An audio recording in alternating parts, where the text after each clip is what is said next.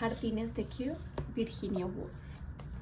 Del cantero ovalado se elevaban alrededor de 100 tallos que más o menos hacia la mitad se abrían en hojas con forma de corazón o de lengua y desplegaban en la punta pétalos rojos, azules o amarillos con manchas de colores.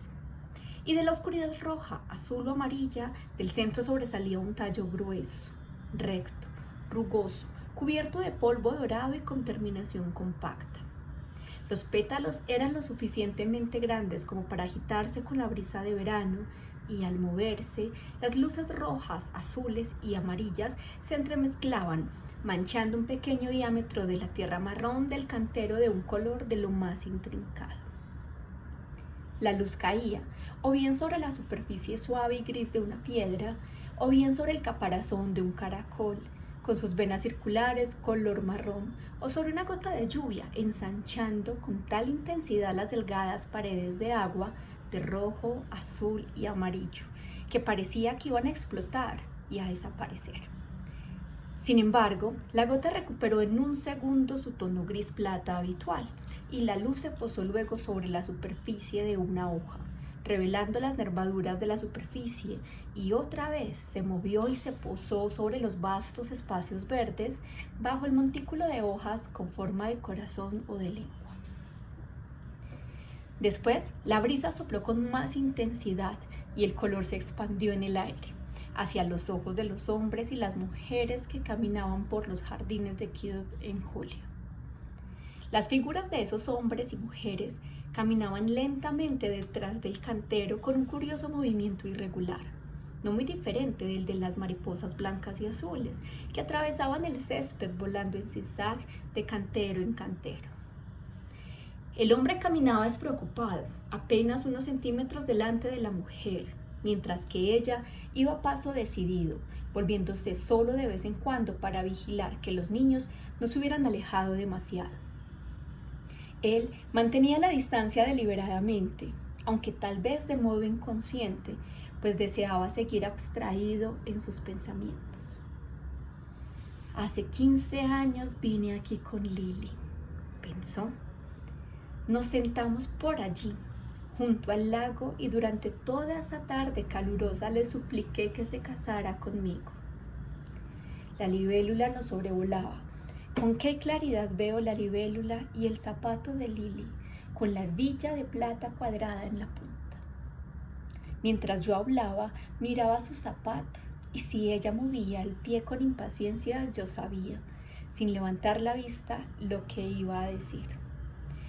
Todo su ser parecía estar en el zapato, y todo mi amor, mi deseo en la libélula.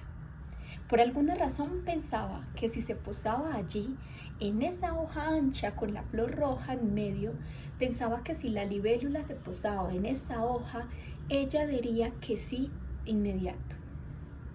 Pero la libélula volaba y volaba, nunca se detuvo en ninguna parte.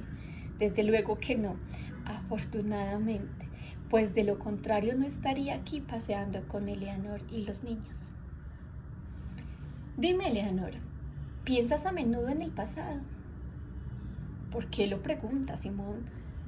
Porque he estado pensando en el pasado.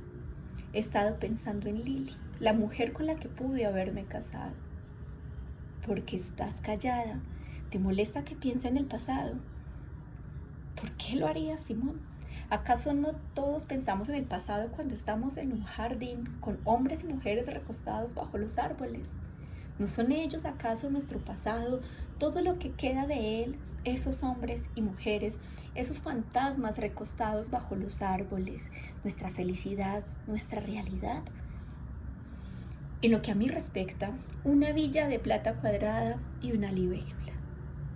En lo que respecta a mí, un beso. Imagina 6 niñas sentadas frente a sus caballetes hace 20 años, a la orilla del lago, pintando los nenúfares, los primeros nenúfares rojos que vi en mi vida. Y de repente, un beso, justo detrás del cuello, y la mano temblorosa durante el resto de la tarde que me impedía pintar. Me quité el reloj y fijé la hora en la que me permitía volver a pensar en el beso durante tan solo 5 minutos. ¡Qué beso tan preciado! el de una mujer de cabello gris y verruga en la nariz, la madre de todos los besos de mi vida. Vamos, Caroline, vamos, Hoover. Pasaron el cantero caminando los cuatro juntos ahora, y pronto se fueron encogiendo entre los árboles hasta verse casi transparentes, mientras la luz del sol y la sombra flotaban a sus espaldas formando grandes y temblorosas manchas irregulares. En el cantero ovalado, el caracol, con el caparazón teñido de rojo, azul y amarillo, durante aproximadamente 2 minutos parecía moverse ahora muy lentamente dentro de su concha. Se empezó a arrastrar sobre los grumos de tierra floja que se desintegraban a medida que les pasaba por encima. Parecía perseguir un objetivo específico, y en ello se diferenciaba el curioso insecto verde y anguloso que intentaba adelantársele. Esperó unos segundos. La antena le temblaba como si vacilara, hasta que de un salto rápido y curioso salió disparado hacia el lado contrario. Barrancos marrones, en cuyos huecos se formaban lagos verdes y profundos. Árboles chatos, con hojas como briznas de hierba, se agitaban de la raíz a la punta. Cantos rodados grises, superficies rugosas, de textura delgada y quebradiza. Todo eso veía el caracol, que iba de tallo en tallo en dirección a su objetivo, antes de que pudiera decidir si esquivaría la hoja muerta en forma de arco o la treparía. Pasaron juntos al cantero los pies de otros seres humanos. Esta vez eran 2 hombres. El más joven tenía una expresión de tranquilidad, quizás algo artificial. Levantaba la vista y miraba al frente mientras su compañero hablaba. Y al hacer silencio la fijaba otra vez en el suelo, separando los labios tras largas pausas y por momentos sin abrirlos en absoluto. El mayor caminaba de forma curiosamente inestable, balanceando los brazos y sacudiendo la cabeza como si fuera un caballo de tiro, impaciente, cansado de esperar en la puerta de una casa. Pero en aquel hombre esos gestos eran indecisos y sin objeto. Hablaba casi incesantemente, sonreía y seguía hablando como si esa sonrisa hubiera servido de respuesta. Hablaba de espíritus, los espíritus de los muertos que, según él, incluso en ese momento le contaban acerca de sus extrañas experiencias en el cielo. Los antiguos llamaban al cielo Tesalia, William, y ahora, con esta guerra, lo espiritual andaba como el trueno entre las colinas. Hizo una pausa, como si escuchara algo, sonrió, sacudió la cabeza y continuó. Tienes una pequeña batería eléctrica y un pedazo de goma para aislar el cable. ¿Aislar se dice? Bueno, ahorrémonos los detalles. ¿De qué sirve entrar en cuestiones que nadie entendería? En fin, la maquinita se coloca en una posición conveniente en la cabecera de la cama, diremos, en un limpio estante de cabo. Una vez que los obreros hayan hecho todos los preparativos, de acuerdo a mis indicaciones, las viudas acercarán la oreja y convocarán a los espíritus con la señal acordada. Mujeres, viudas, mujeres de negro. En este momento pareció ver el vestido de una mujer a lo lejos, que a la sombra parecía de un negro violáceo. Se quitó el sombrero, llevó su mano al corazón y se apuró a alcanzarla murmurando y gesticulando febrilmente. Pero William lo sujetó de la manga y tocó una flor con la punta de su bastón para desviar la atención del anciano. Después de contemplarla unos segundos, el anciano, algo confundido, inclinó el oído hacia la flor y pareció responder a una voz que surgía desde allí, pues comenzó a hablar sobre los bosques de Uruguay que había visitado hacía tantos años acompañado por la joven más bella de Europa.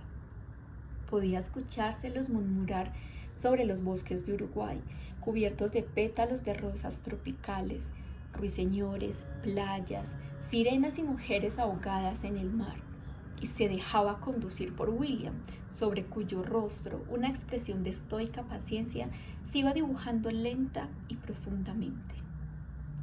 Detrás del anciano, lo suficientemente cerca como para que les llamara la atención sus gestos, venían 2 mujeres entradas en edad, de clase media baja, una regordeta a paso lento, la otra ágil y de mejillas sonrojadas. Como la mayoría de las personas de su posición, se sorprendían abiertamente con cualquier signo de excentricidad que señalara algún tipo de desorden mental, sobre todo en los mejor posicionados. Pero estaban muy lejos de poder asegurar si esos gestos eran meramente excéntricos o de veras se trataba de un desequilibrado. Después de observar a un anciano, de observar al anciano en un rato en silencio, mirándose con malicia, siguieron caminando enérgicamente, retomando su complicado diálogo. Nell, Bert, Lot, Cés, Phil, Pa, dice él, digo yo, dice ella, digo yo, digo yo, digo yo. Mi Bert, Cis, Bill, el abuelo, el anciano, azúcar, azúcar, harina, arenque ahumado, verduras, azúcar, azúcar, azúcar.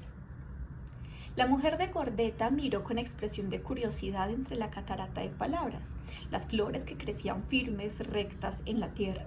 Las miró como alguien que despierta de un profundo sueño y un candelero de metal reflejar la luz de modo extraño y cierra los ojos otra vez y al abrirlos por segunda vez y ver, ahora sí habiendo despertado completamente, el candelero todavía allí. Lo observa con toda su atención. Así, la pesada mujer se paralizó frente al cantero de forma ovalada, dejando incluso de aparentar estar escuchando lo que otra mujer decía. Allí se detuvo, dejando que las palabras le cayeran encima, balanceando suavemente la parte superior del cuerpo hacia adelante y hacia atrás, y mirando las flores. Después sugirió ir a sentarse a tomar el té. El caracol consideraba ahora todas las formas posibles de llegar a su objetivo sin bordear la hoja seca ni treparla, dejando de lado el esfuerzo necesario para hacer esto último. Dudaba de si la delgada textura que vibraba con ese alarmante crujido incluso al rozarla con la punta de sus antenas soportaría su peso. Esto hizo que finalmente se decidiera por arrastrarse por abajo, pues en un punto la hoja se curvaba lo suficiente como para darle lugar. Había metido ya la cabeza y observaba el techo marrón. Comenzaba a acostumbrarse a la fresca luz allá abajo cuando dos personas pasaron. Esta vez eran los dos jóvenes, un varón y una mujer, ambos en los primeros años de la juventud, o incluso en la etapa previa a esos años, la etapa previa a los que los suaves pliegues rosas de la flor desplieguen su capullo pegajoso, cuando las alas de la mariposa, aunque ya desarrolladas por completo, yacen inmóviles al sol. Por suerte no es viernes, observó él. ¿Por qué lo dices? ¿Crees en la suerte? Debes pagar 6 peniques los viernes. ¿Qué son 6 peniques de todos modos? ¿Acaso esto no lo vale? ¿Qué es esto? ¿A qué te refieres con esto? Oh, a lo que sea. Quiero decir, tú sabes a lo que me refiero. Largas pausas le seguían a cada comentario que soltaban con su voz monótona. Se detuvieron en el borde del cantero y presionaron la punta de la sombrilla de ella hasta enterrarla en la tierra blanda. Esta acción, y que él apoyara su mano sobre la de ella, expresaba sus sentimientos de un modo extraño, como esas palabras cortas e insignificantes también expresaban algo, palabras con alas cortas para cargar tanto significado, insuficientes para llevarlos demasiado lejos, y así se posaban con incomodidad sobre los objetos corrientes que los rodeaban, y eran, para su tacto inmaduro, tan macizas. Pero quién sabe, pensaban mientras presionaban la sombrilla, qué precipicios se hallan ocultos en ellas, o qué laderas de hielo no brillan en el sol del otro lado. ¿Quién sabe? ¿Quién ha visto borrar esto antes? Incluso cuando ella se preguntaba qué clase de té servían en los jardines de Kew, él sentía que algo se avecinaba detrás de las palabras de la muchacha y se mantuvo firme y decidido detrás de ellas. Y la neblina se dispersó lentamente y descubrió, oh Dios, ¿qué eran esas formas?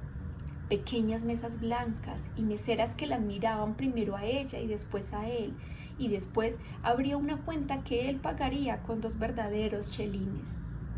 Y era real, todo era real, pensó él tocando la moneda en su bolsillo, real para todos, excepto para ellos dos, incluso para él comenzaba a parecer real. Y después, pero era tan emocionante seguir pensando, desenterró la sombrilla con una sacudida impaciente por encontrar el lugar donde se tomaba el té junto a las otras personas, como las otras personas. Vamos, Tracy, es hora de tomar el té. ¿Dónde se toma el té?, preguntó ella con un dejo de emoción en su voz de lo más extraño, observando a su alrededor y dejándose conducir por el camino del césped, arrastrando la sombrilla, dando vueltas de un lado al otro, olvidándose del té, deseando ir para allí y para allá, recordando las orquídeas y las aves del paraíso entre las flores salvajes, una pagoda china y un pájaro de copete color carmesí, pero siguió caminando.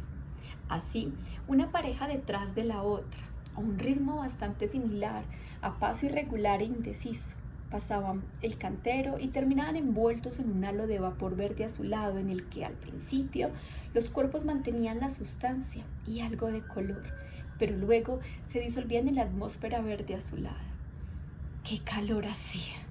Tanto que hasta el zorzal decidía saltar como un pájaro de cuerda hacia la sombra de las flores, con largas pausas entre un movimiento y el siguiente.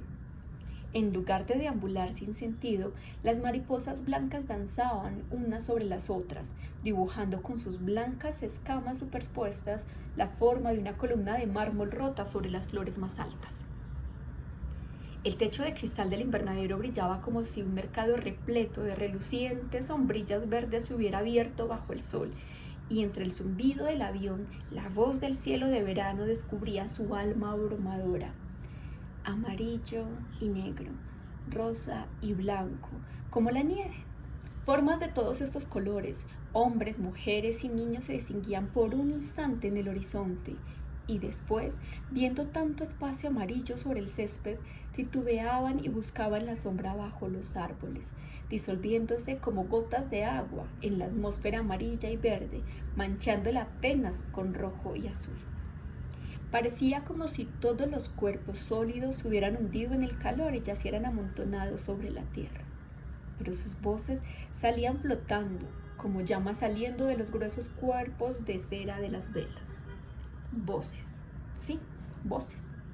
Voces sin palabras, rompiendo el silencio de repente con expresiones de pura satisfacción, de deseo apasionado o, en voces de los niños, de inocente sorpresa. Rompiendo el silencio. Pero no había silencio.